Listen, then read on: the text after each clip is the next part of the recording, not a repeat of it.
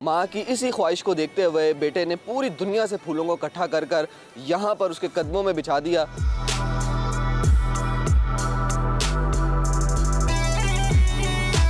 डेढ़ मरले से 6 कनाल तक किस तरीके से पहुंचा।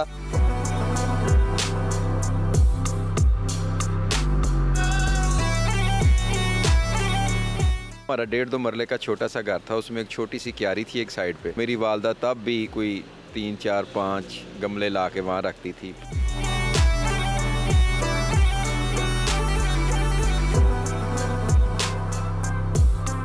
फिर हमने कहा कि मेरी वालदा की नज़र जिधर भी जाए, इनको फूल पसंद है तो उनको फूल ही नज़र आने चाहिए। अपनी खुश वालदा को देख के हम पूरा घर खुश होते हैं। माँ जी खुश हैं, अब ज़िंदगी से मुतमईन हैं।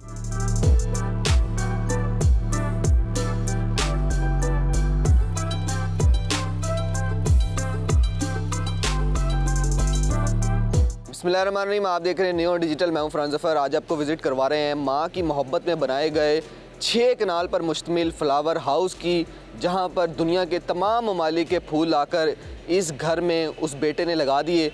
जहां माँ को फूलों से इस कदर मोहब्बत थी, माँ की इसी ख्वाहिश को देखते हुए बेटे ने पूरी दुनिया से फूलों को इकट्ठा कर कर यहाँ पर उसके कदमों में बिछा दिया। और ये सफ़र 1.5 मरले से 6 कनाल तक किस तरीके से पहुँचा, बेटे ने माँ की मोहब्बत को देखते हुए ये ख्वाहिश किस तरीके से पूरी की, उसी से जानते हैं।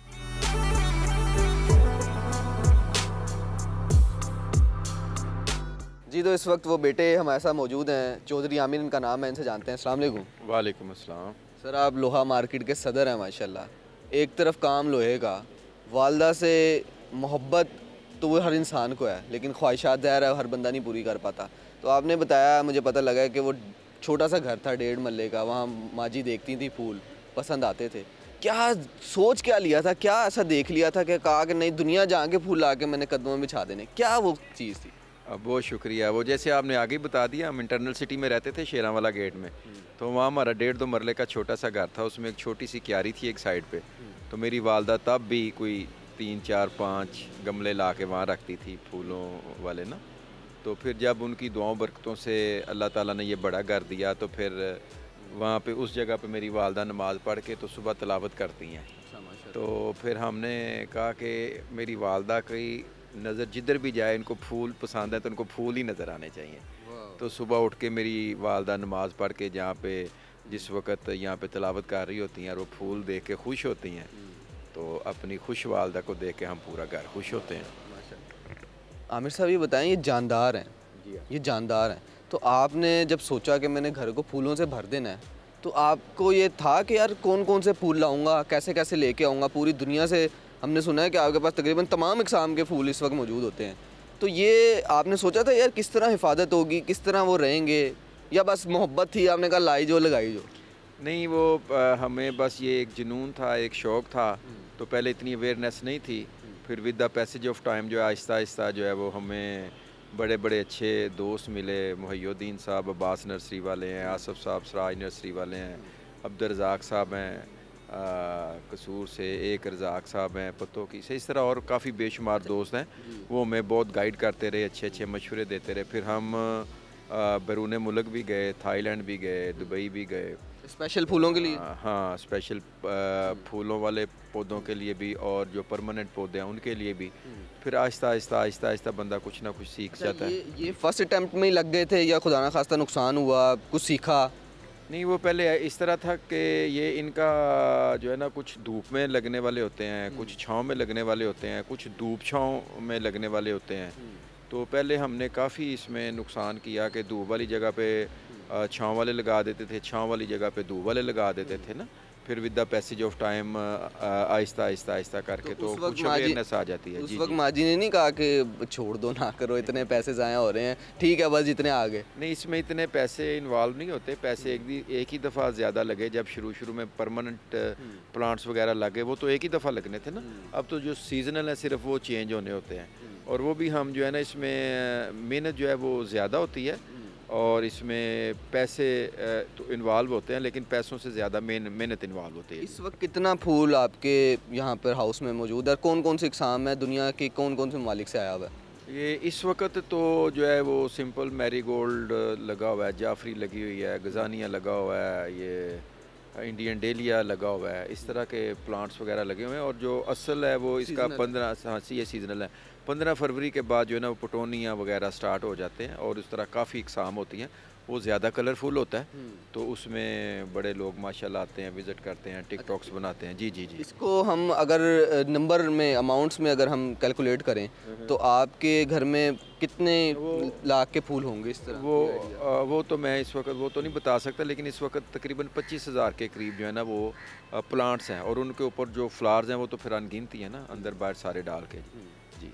अच्छा, मुझे लास्टली बस ये बता दें कि हम आपका मैसेज इस वक्त वालदा के लिए, दूसरों के लिए लोग देख रहे हैं उनके लिए बड़ा इंपॉर्टेंट कहाँ मिला। जो लोग माँ से इस तरह का बर्ताव करते हैं, माशरे में बहुत सारी ऐसी मिसालें हमें मिलती हैं कि माँ की छोटी छोटी ख्वाहिशात होती हैं या जायज़ ख्वाहिशात भी होती हैं, उनको भी नहीं पूरा कर पाते।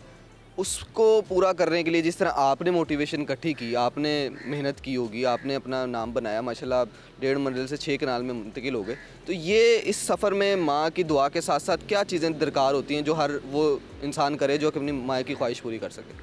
सबसे पहले तो ये दुआ का तो आपने, जैसे जिनके वालिद वालदा दोनों ज़िंदा हैं, अल्लाह उनको सलामत रखें। ये मेरे वालिद साहब नहीं हैं, वालदा हैं, तो उनकी दुआएं हैं, उनकी बरकतें हैं, बहनों भाइयों की इज़्ज़ो कारब की दुआएं, वरना मैं तो एक गुनाहगार नालायक निकम्मा सा शख्स हूँ।